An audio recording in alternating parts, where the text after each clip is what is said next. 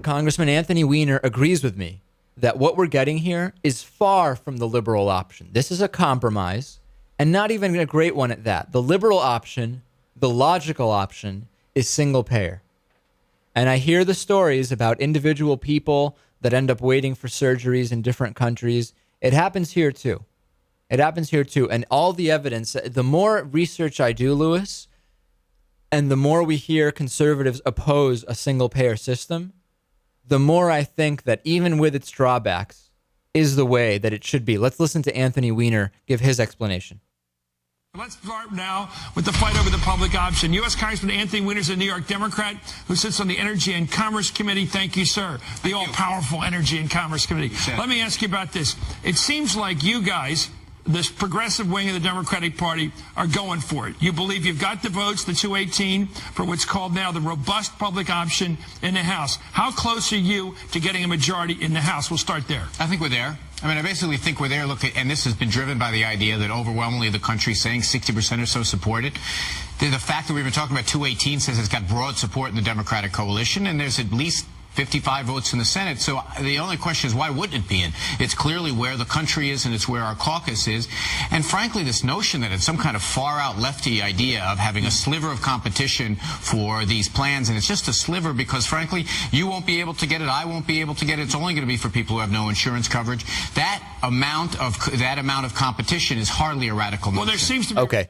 I agree with him 100%. There's nothing radical about what's taking place here, Lewis. What we have here is a system that is being very carefully crafted by not only insurance companies, but this infamous Senate Finance Committee, whose members have received countless donations from the same health insurance and healthcare companies that are helping to craft this bill. That they're pandering to. That they're absolutely pandering to. Joe Lieberman. Remember when people said he's with the Democrats on everything but the war? I guess not. Joe Lieberman is saying he will not even support any health care reform bill that includes a public option, and he will vote to filibuster if that's the case. Take a listen to old Joe Lieberman here, not agreeing with the Democrats on everything but the war.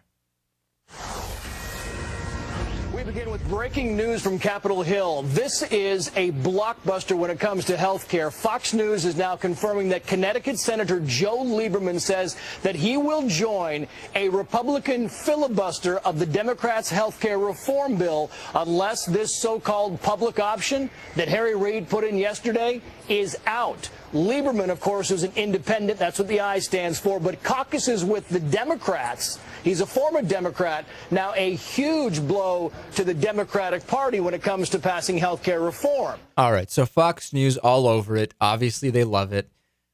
I'm ready. I believe that what should happen with Joe Lieberman is that they should vote to strip him of his committee leadership on all committees he's involved in.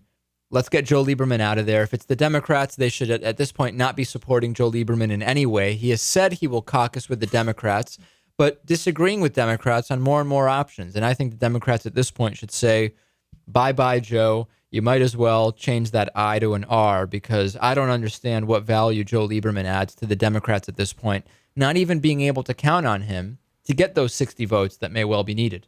Well, I think we can agree that keeping the I there is probably just purely political. Well, it's very similar to the Arlen Specter situation, where he knew as a Republican he wouldn't win the Pennsylvania primary. Mm-hmm. He switches to Democratic.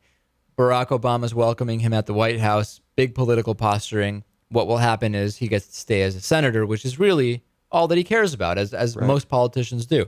I think that we certainly can find politicians who would not switch party if they believe that they could win the way Arlen Specter did. For Arlen Specter, it worked out. He was somewhat moderate anyway, and he would have that support.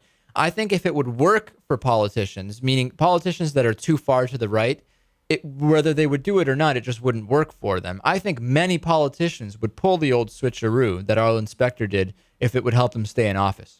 Probably, but, it's situational, I guess.